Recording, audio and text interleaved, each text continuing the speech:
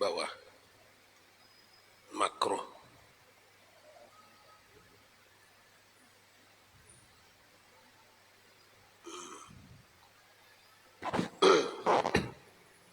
أعوذ بالله من الشيطان الرجيم. بسم الله الرحمن الرحيم. إلى حضرة النبي المصطفى محمد رسول الله صلى الله عليه وسلم وعلى آله وأصحابه وأزواجه وذريته ولكافة الأنبياء والمرسلين والعلماء والشهداء والصالحين شيء لله ولهم الفاتحة. أعوذ بالله من الشيطان الرجيم. بسم الله الحمد لله رب العالمين.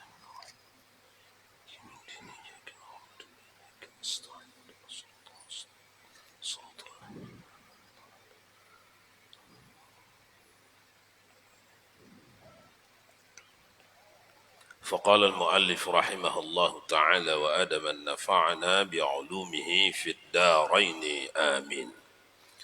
Tuan-tuan jamaah salat maghrib dan majlis ta'lim fardu ain Masjid Agung Karimun rahimakumullah. Kembali kita dalam kajian fiqih halaman 107 di bahagian bawah. Bahagian akhir, kalau disengaja menunda salat yang tidak berwaktu pada waktu makruh tersebut dengan maksud biarlah makruh, maka hal ini dihukumi haram baik yang mempunyai sebab atau tidak. Di samping salatnya tidak sah. Jika yang dilakukan itu salat qada, maka wajib mengqada lagi spontan sewaktu itu juga. Sebab perbuatan seperti ini berarti menantang agama. Ini perbincangan pungkasan terakhir dari bab yang sebelumnya.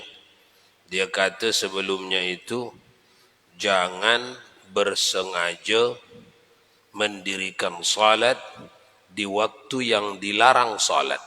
Itu dulu ya. Waktu tahrim, selepas salat subuh, selepas salat asar, atau istiwa pas matahari di atas sebelum masuk waktu zuhur. Istiwa. Jangan bersengaja di sini mengerjakan salat. Itu cerita di awal. Kalau bersengaja, nah itu yang dicakapnya tadi, berdosa, salatnya tidak sah, dan wajib mengqadha. Kalau itu salat wajib, wajib mengqadha secepatnya, sesegera mungkin.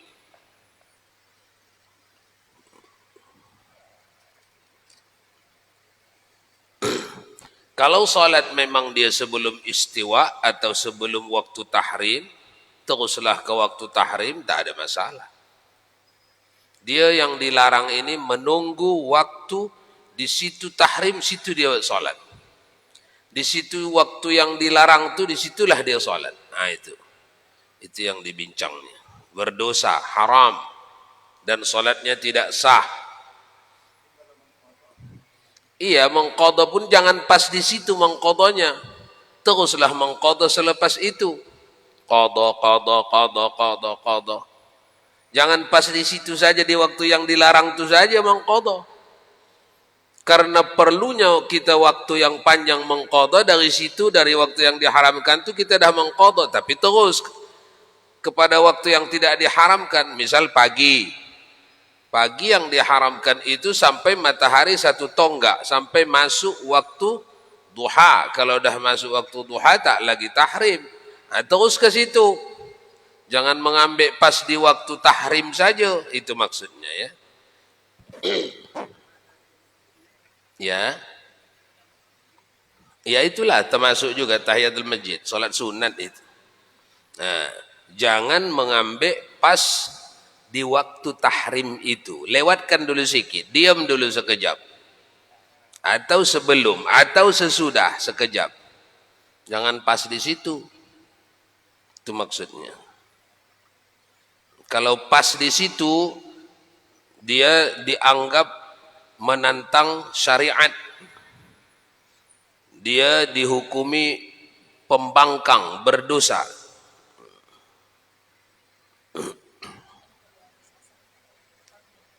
Iya. Yang tahrim bukan panjang.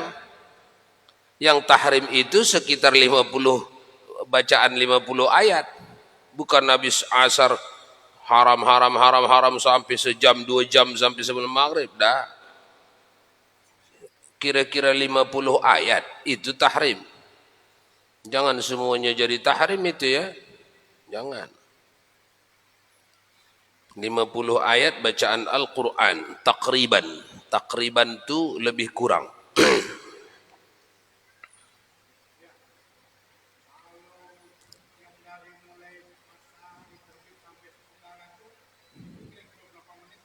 Nah, kalau di menit kira-kira setengah jam aja itu.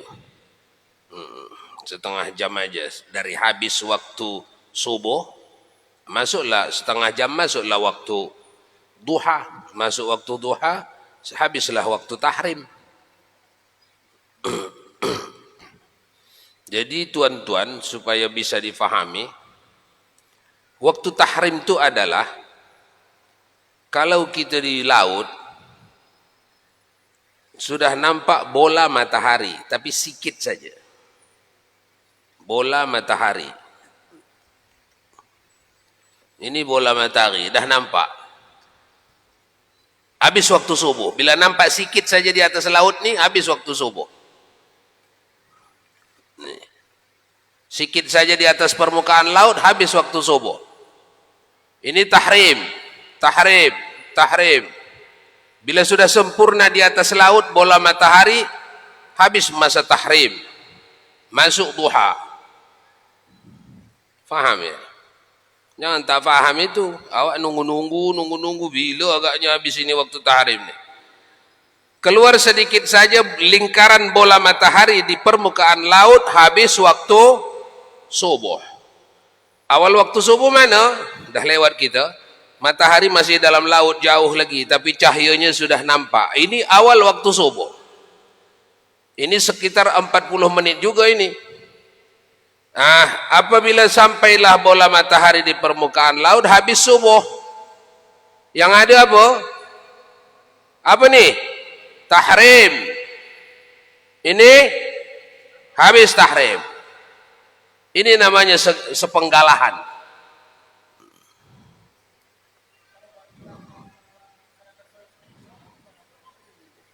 Macam mana? Lewatkan dulu tahrim. Lewatkan tahrim. Tidak ada salat di dalam tahrim. Itu yang dibaca tadi. Mana tadi? Jika yang dilakukan itu salat qadha di atasnya, kalau disengaja menunda salat yang tidak berwaktu pada waktu makruh tersebut dengan maksud biarlah makruh, maka hal ini dihukumi haram, baik yang mempunyai sebab atau tidak mempunyai sebab. Di samping salatnya tidak sah. Jika yang dilakukan itu salat qadha, maka wajib mengqadai lagi spontan. Maksudnya karena pekerjaan itu pekerjaan menantang, wajib menggantinya segera. Kalau dilama-lamakannya bertambah lagi dosa. Itu maksud spontan. Ini berarti menentang agama. Atau seperti ini berarti menentang agama. Jadi jangan bersengaja menunggu waktu yang dilarang tuh. Dilarang makruh di sini dilarang. Dilarang itu ada dilarang dengan karihah, ada dilarang dengan tahrim. Ada dilarang dengan makruh, ada yang dilarang dengan tahrim, dengan diharamkan, sama-sama karahah, sama-sama dilarang. Ini termasuk dilarang dengan tahrim, sehingga dibagi dosa orang yang melanggarnya. Baik. Oke. Ada soalan lain silakan. Kalau tak ada, kita pergi syarat salat yang kelima, yaitu menghadap dada ke kiblat, dalam hal ini Ka'bah. Ini syarat sah salat yang kelima. Di dalam bab inilah ditentukan macam mana sebenarnya menghadap kiblat. Jadi kalau ada pertikaian di antara masyarakat, macam mana sebenarnya menghadap kiblat itu? Baca bab ini. Inilah menghadap kiblat dalam mazhab Syafi'i. Jangan awak mengada-ngada mengatakan saya mazhab Syafi'i, mazhab Syafi'i. Tapi dalam bab kiblat awak tak mengikut mazhab Syafi'i. Misal, mari kita tengok. Silakan siapa yang membaca.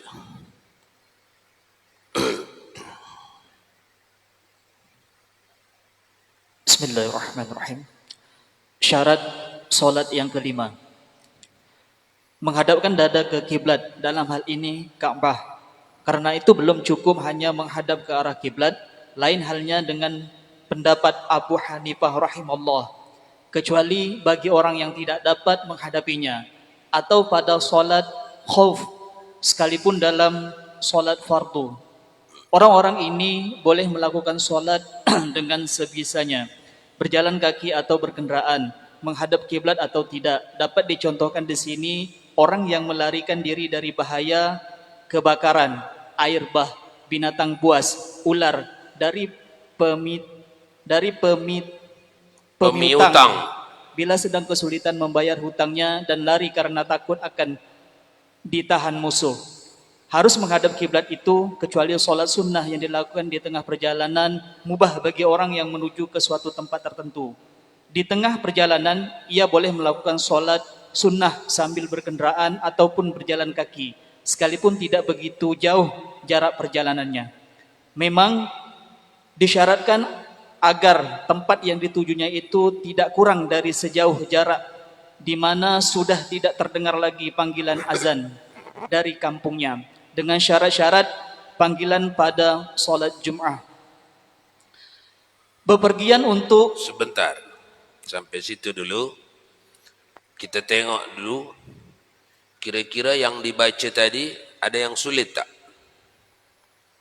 Atau samar? Menghadapkan dada ke kiblat. Itu dulu fokus pertama ya. Jadi menghadap kiblat itu artinya menghadapkan dada ke kiblat. Bukan menghadapkan muka atau menghadapkan kepala, tapi dada. Dada menghadap ke kiblat. Itulah dasar pertama kewajiban menghadap kiblat.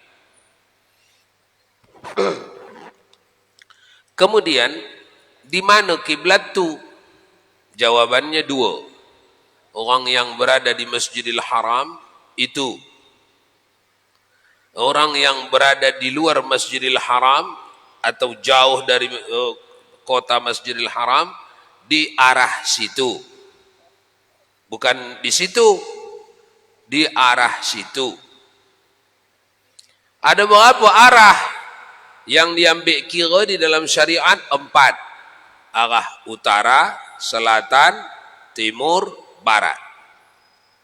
Jadi kalau umpamanya menunjuk masih satu arah lagi, belum lagi pindah ke arah nama yang berikutnya, nama yang lain, masih satu arah namanya. Hanya pahalanya berkurang karena kurang pas.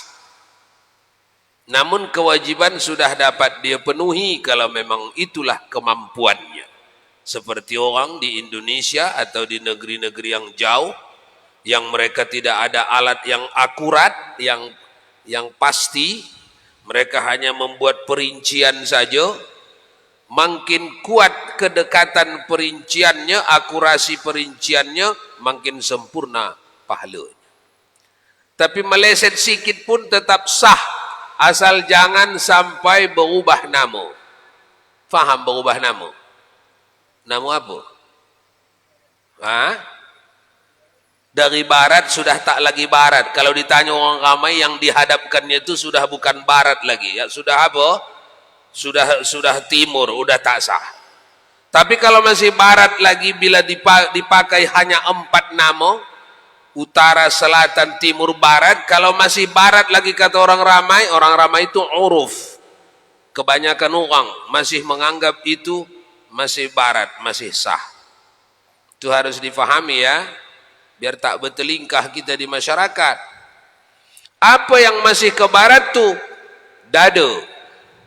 Kalau dadanya masih ke barat lagi masih sah. Kalau dadanya sudah tidak lagi, baru tak sah. Jadi jangan tak payah pecah-pecah masjid ya. Ini tak pas ini. Ya kalau sengit-sengit sikit, orangnya saja, dadanya saja paskan. Paham ya? Kadang begaduh di masyarakat itu, di masjid. Tak habis-habis bertahun-tahun. Asalkan yang ini imam, tariknya sini. Asal yang ini imam, tariknya sini. Sesuai ijtihad dia. Kita bagi tahulah kepada jamaah, kepada masyarakat, kita baca kitab, fikih, bermazhab syafi'i, yang diwajibkan kita, kalau kita berada di Ka'bah, nampak Ka'bah, kemana kita menghadap? Ke Ka'bah. Harus persis, baru sah. Tapi kalau kita di luar Ka'bah, apalagi di tempat yang jauh, ke arah Ka'bah. Di mana arah Ka'bah? Arah ada 4. Arah utara, selatan, arah timur, arah barat. Asal satu nama arah lagi masih sah. Tapi lebih akurat, lebih besar pahala. Jadi kalau begitu ada alat-alat yang akurat itu menambah besarnya pahala. Bukan mengubah dari sah kepada tidak sah, atau dari tidak sah kepada sah, bukan.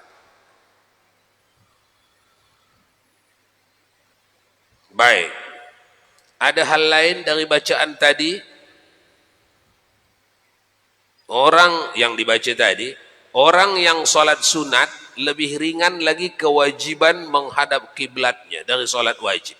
Artinya, kewajiban dia terus-terusan menghadap kiblat itu, kalau dia musafir, dia pas takbiratul ihram saja yang diwajibkan dia. Orang yang di atas kendaraan, waktu takbiratul ihram saja dia wajib menghadap kiblat. Habis itu lantaklah situ. Mau menghadap mana, tidak ada masalah. Orang yang sholat wajib pun apabila tidak mampu mengontrol, menetapi kiblatnya, waktu mengangkat takbiratul ihram saja. Tapi apabila mampu menghadapi kiblatnya, dia wajib untuk menetap dalam menghadap kiblat. Dalam perjalanan laut atau di kapal, ikhtilaf bainal ulama, sebahagian ulama, kebanyakan ulama dalam mazhab Asy-Syafi'i wajib menetapi kiblat. Karena laut sangat mudah untuk ditetapi kiblatnya. Lanjut dulu baca.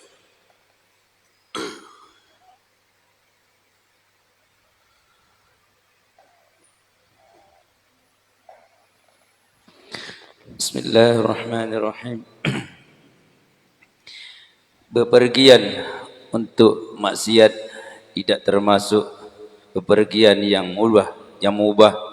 Karena itu tidak diperbolehkan tanpa menghadap kiblat.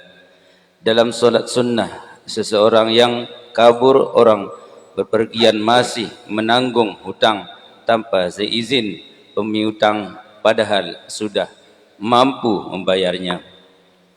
Untuk yang berpergian dengan berjalan kaki wajib menyempurnakan ruku dan sujud sebab mudah untuk ia melakukan, sedang yang dengan berkendaraan cukup dengan kode saja. Sudah sampai situ. Jadi bepergian termasuk itu tamasya, jalan-jalan ya, mengunjungi saudara, liburan, apa lagi, pulang kampung, mudik, masuklah itu perjalanan sunnah, perjalanan jaiz, perjalanan wajib. Tapi ada perjalanan haram. Mana itu? Kabur, apa itu, melarikan diri, menghindari janji bayar utang padahal waktunya sudah sampai. Orang ini tidak diizinkan rukhsah. Kemudahan, keringanan-keringanan salat tadi pada orang ini tak berlaku. Seperti salat misalnya, dia wajib mendirikan rukuk dan sujud semuanya lengkap dalam salat. Kenapa? Karena perjalanannya tidak ditolong oleh syariat. Jadi kita boleh jamak qasar, itu tolongan syariat kepada kita yang sedang berjalan tuh.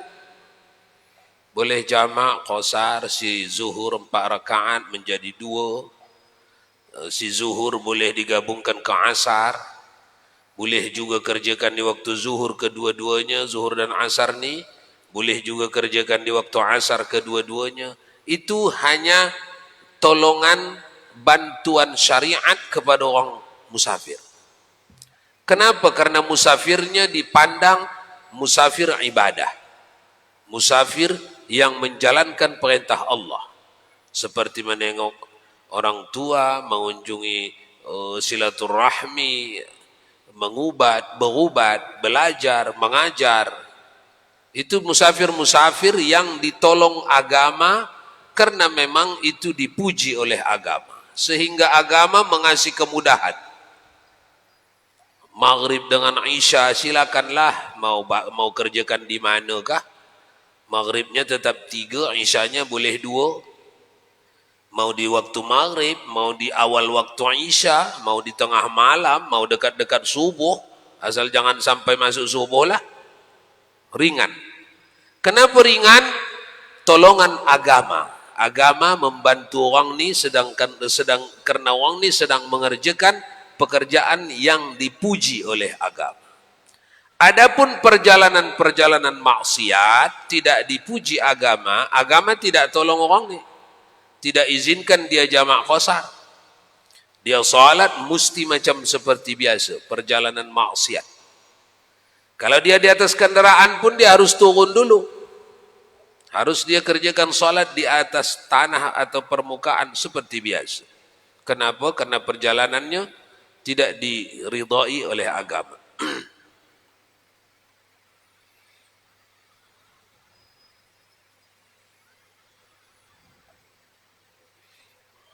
Diambilnya contoh di situ seperti orang yang sudah tiba masa mampu bayar hutang tapi tak bayar hutang. Apabila musafir orang macam tu tak berlaku padanya jamak dan qasar dan semua keringanan-keringanan tak berlaku. Jadi macam mana ni? Bayar dulu lah hutang baru berlaku.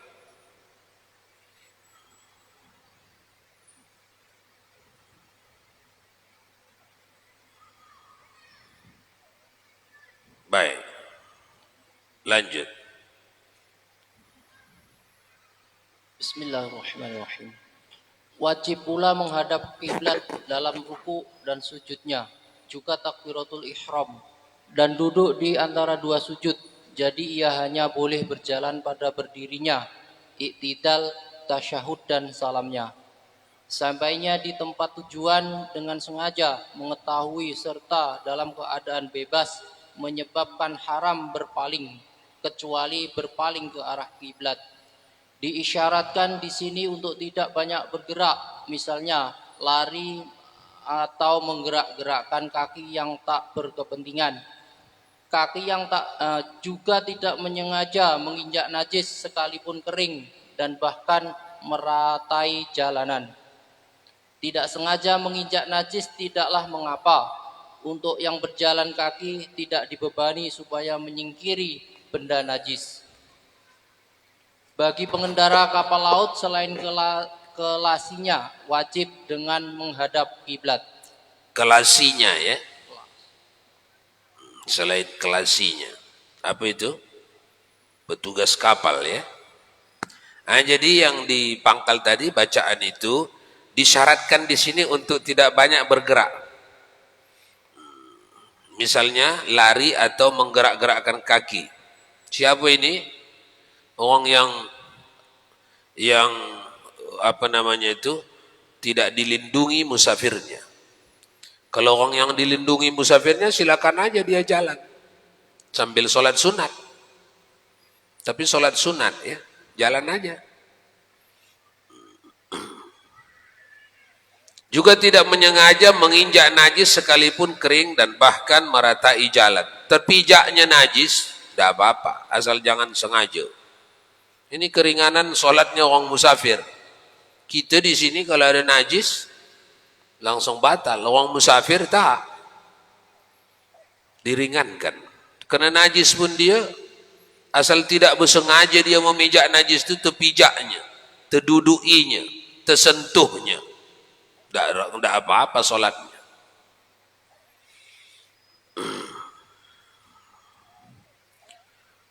Tapi ini harus dengan bil uduliyah namanya. Uduliyah itu apa? Kalau Anda musafir dengan beberapa orang ramai, jangan Anda amalkan ini di depan mereka yang ramai kalau Anda yakin mereka tak faham ini. Karena itu akan meliarkan hati mereka. Apa ini kawan kita ini? Udah jelas ada kotoran ayam. Sholat lagi dia. Imam pula dia. Menyusah hati orang. Jangan. Atau bagi tahulah dulu rombongan Anda. Ini dalam musafir tidak apa-apa.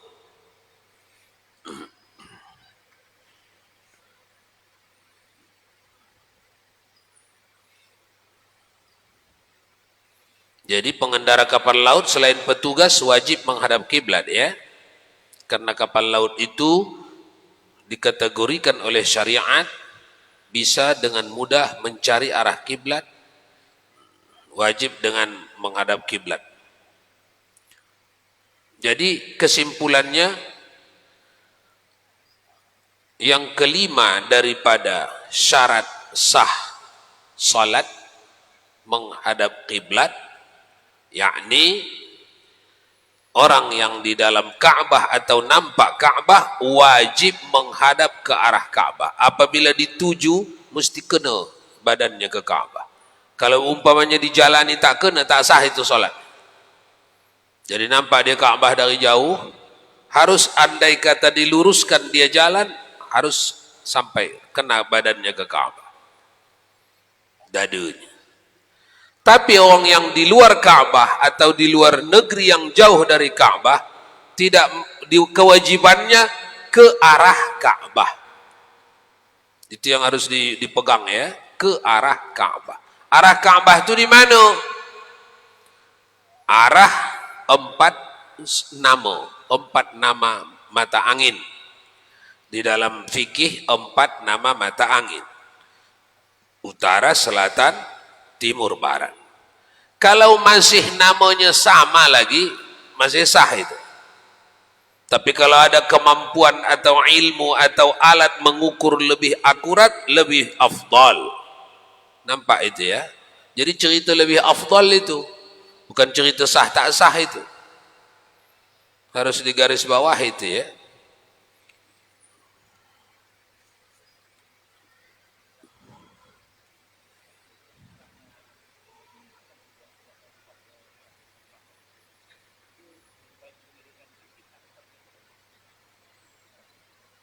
Itu mereng sikit itu karena mengikut Indonesia ini, bukan lebih baik. Nanti kalau di daerah lain kita tak ada merengnya, atau bahkan bukan timur, itu karena dari Indonesia ini mereng sikit. Kalau Anda dari Spanyol, bukan mereng sikit. Anda dari Amerika, macam ini juga, enggak. Jadi itu mereng sikit itu mengikut ihtiyat ahli. Memang kalau dimerengkan sikit itu yang lebih pas, berarti lebih afdal lah. Jadi kaidah mereng sikit itu dari mana? Dari daerah ini datangnya. Karena posisi kita di sini, Ka'bah di sini, agak mereng lah kita. Posisi orang di sana agak mereng juga lagi? Tidak, tidak mereng. Faham itu ya, itu yang harus difahami. Jadi kenapa mereng sikit? Karena posisi negeri kita nih. Bukan kaidah yang datang dari hukum kiblat itu, bukan. Dari posisi daerah. Kalau ini kan kaidah yang datang dari hukum kiblat, fikih kiblat. Kiblat itu ialah wajib dihadapkan, fawalli wajhaka syatral masjidil haram. Wajib kita menghadapkan dada kita ke arah Masjidil Haram, ke arah Ka'bah. Bagi yang di luar Masjidil Haram, ke arah Ka'bah. Arah mana dia? Ke situlah. Dari negeri mana, diukurlah di sebelah mana Ka'bah di negeri dia. Dari negeri dia itu. Nah, itu jawab, di situlah muncul itu. Dari negeri kita ni tidak pas ke arah baratnya, pas, mereng sikit. Nah, itu maksudnya ya.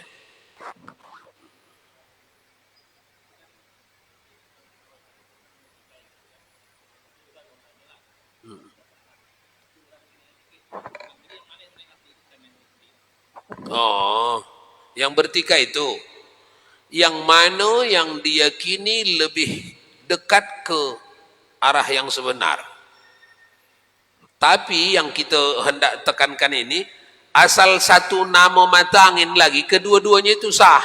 Tapi mana yang lebih dekat ke arah Ka'bah yang sebenar, itu yang lebih afdal. Jadi berarti berkisar antara afdal kurang afdal. Bukan berkisar antara sah dengan tak sah. Yang berlaku di masyarakat kita lantaran kurangnya uraian, kata orang yang mereng ke sini ini, yang dibuatnya ini lurus saja tak sah, harus mereng sedikit. Nah, itu masalah. Jadi kalau sampai tak sah nanti keluar dari fatwa mazhab. Yang difatwakan mazhab, yang tak sah itu bila? Bila sudah baru tak sah kiblat ni, bila? Kalau sudah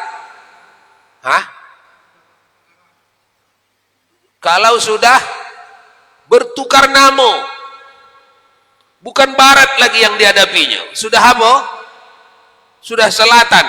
Nah, baru batal. Karena hanya 4 nama. Kalau masih itu nama lagi ditanyakan uruf masih itu nama, itu hanya afdal, kurang afdal. Kalau ada alat yang akurat untuk mengukur pas, itu yang afdal. Tak ada alat pun tak apa, kira-kira saja. Kalau tak satu saat tak ada alat, masuk di hotel, tempat tanya pun tak ada, penunjuk arah tak ada, waktu dah dekat habis, tanya resepsi hilang. Macam mana ni? Kira-kira sajalah. Oh, HP ada zaman sekarang ya? Tengok di Google. Boleh, itu kan ilmu ahli. Ilmu ahli. Macam awak Google Map, kenapa awak pedomani? Jalan di Jakarta 7 alamat sini. Khuzil hikmata min ayyi wi'ain, kata Nabi, ambil ilmu itu dari manapun dia datang, kalau dia dari ahlinya. Kita perlu apa sekarang ini? Perlu alamat. Tak tahu kita siapa yang tahu menghantar ke sana. Ada orang yang tahu. Siapa ini? Pak Google. Tanya dia. Diantarnya situ. Sampai. Kita tak tahu, perlu tanya kiblat. Orang tempat bertanya tak ada. Ada orang tahu. Siapa namanya ni? Pak Google. Tanya. Bagi tahunya. Kasih. Bagi mic. Izin Pak. Yeah. Pak Google-nya dikhawatirkan takut kafir Pak Google-nya. Kita mesti bertanya juga di situ Pak. Takutnya Pak Google-nya kafir Pak. Apa? Ulangi. Tadi kan kita mau nanya ke Google. Takutnya Pak Google itu bukan orang Muslim Pak. Masih bisa kita bertanya ke situ. Bukan Muslim. Google itu tapi itulah yang dimaksud Nabi tadi. Khuzil hikmata min ayyi wi'ain. Ambil yang betul, yang benar itu, walaupun dari mana saja datangnya. Tidak dari Muslim saja. Kita kan mengambil yang dari Muslim itu urusan ad-din. Ad-din. Baru daripada ulama. Urusan ad-dunya Fi amri duniana, dalam urusan dunia kita boleh kita ambil dari non muslim, boleh. Yang punya kamus terbesar di dunia itu, kamus Arab terbesar di dunia itu bukan Arab Muslim, Arab Yahudi. Arab Yahudi yang punya kamus. Orang kalau mau menengok tafsir, menengok alih bahasa dari Arab ke non-Arab, menggunakan kamus. Yang tertinggi, yang terbesar di atas kamus apa? Kamus Yahudi. Tak boleh diambil kah? Boleh. Itu kamus bahasa. Bahasa akan dipakai menerjemahkan apa saja.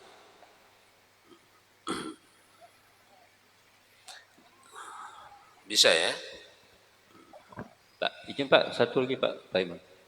Tadi alat ukur yang dipakai untuk menghadap kiblat itu dada, Pak, dada. Kenapa tidak wajah? Karena di sini mungkin akan menyisakan pertanyaan. Kalaulah dada dihadapkan ke kiblat, barangkali nih. Makanya saya bertanya, wajah itu bisa juga geleng-geleng, enggak ngadep kiblat. Itu coba tanya, makasih. Apa tadi tanyanya? Alat ukur yang dipakai untuk menghadap kiblat itu adalah dada. Dada. Kenapa tak muka gitu? Kenapa tak muka? Pasti ada sesuatu hal di dalam sini. Karena kalau itu akan menyisakan pertanyaan lebih di belakang. Mungkin ketika dada menghadap kiblat, wajah mungkin bisa geleng-geleng, tak. Iya. Itu namanya rukhsah. Rukhsah, kemudahan sama kita. Biar tak mudah batal. Kalau muka lah yang diwajibkan menghadap tu, kejap saja batal lah itu. Tapi kalau dada yang menghadap tu tak mudah untuk batal. Betul-betul bersengaja meninggalkan kiblat, barulah batal dia. Karena memang batal itu kalau ditinggalkannya kiblat secara bersengaja. Nah, jadi supaya lambat batalnya, tidak muka, dada.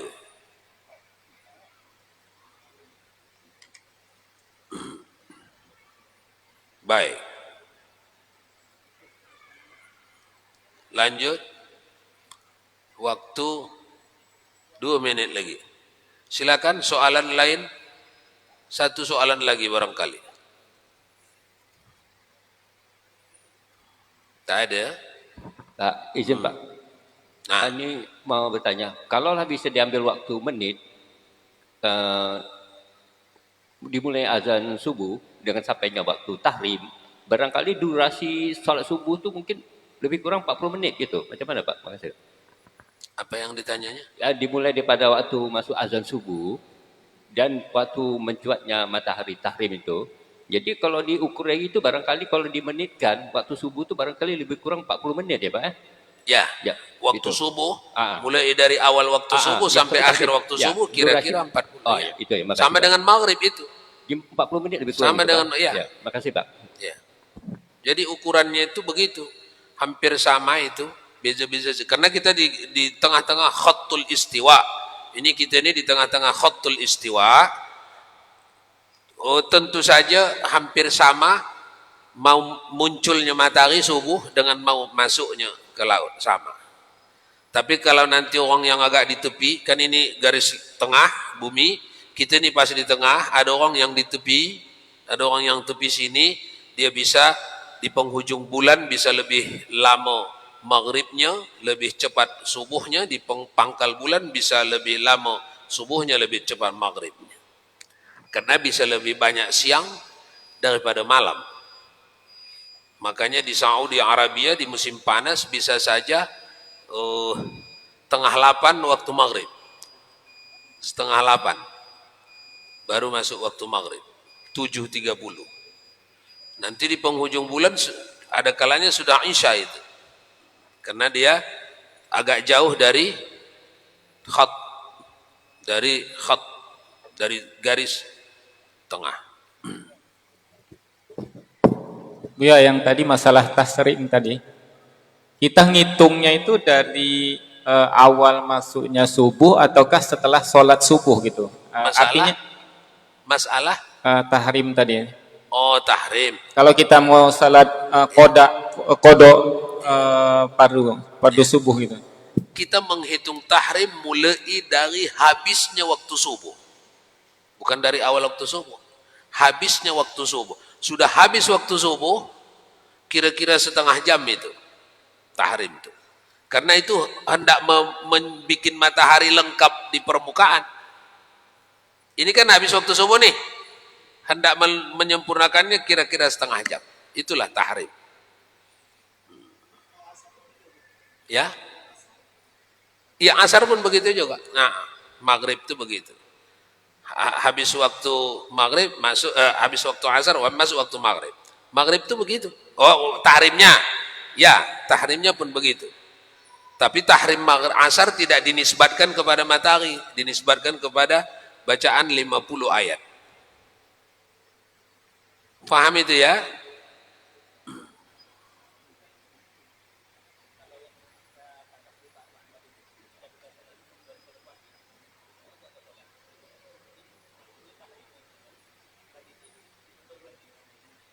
Ketika kita habis sholat wajib, habis subuh, iya, iya, iya dari sholat subuh, tapi ambil lagi setengah jam lagi nanti sebelum sampai sebelum sampai ini setengah jam, jangan sholat di sini. Jangan sholat di sini. Jadi kalau cepat dia habis sholatnya, mulai habis sholat itu sampai kepada habis waktu, baru tambah waktu tahrimin. Gitu ya. Ya, memang begitu. Karena menanti habisnya satu tonggak. Sampai naik matahari satu tonggak. Satu tonggak ialah sempurna bola matahari di permukaan laut. Allah a'lam bissawab wa ilaihi marji'ukum fa unabbi'ukum bima kuntum ta'malun. Bagi yang ada keringanan langkah selepas salat Isya kita tahlilan malam ketiga di rumah Pak Wahyu di PN ya. Bagi yang ada keringanan. A'udzubillahi minasyaitonir rajim. Bismillahirrahmanirrahim. الحمد لله رب العالمين والصلاة والسلام على أشرف الأنبياء والمرسلين سيدنا ومولانا محمد وعلى آله وصحبه أجمعين.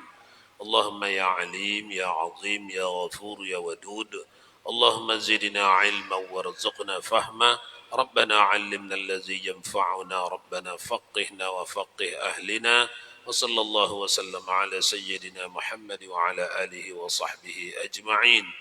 سبحان ربك رب العزة عما يصفون وسلام على المرسلين والحمد لله رب العالمين.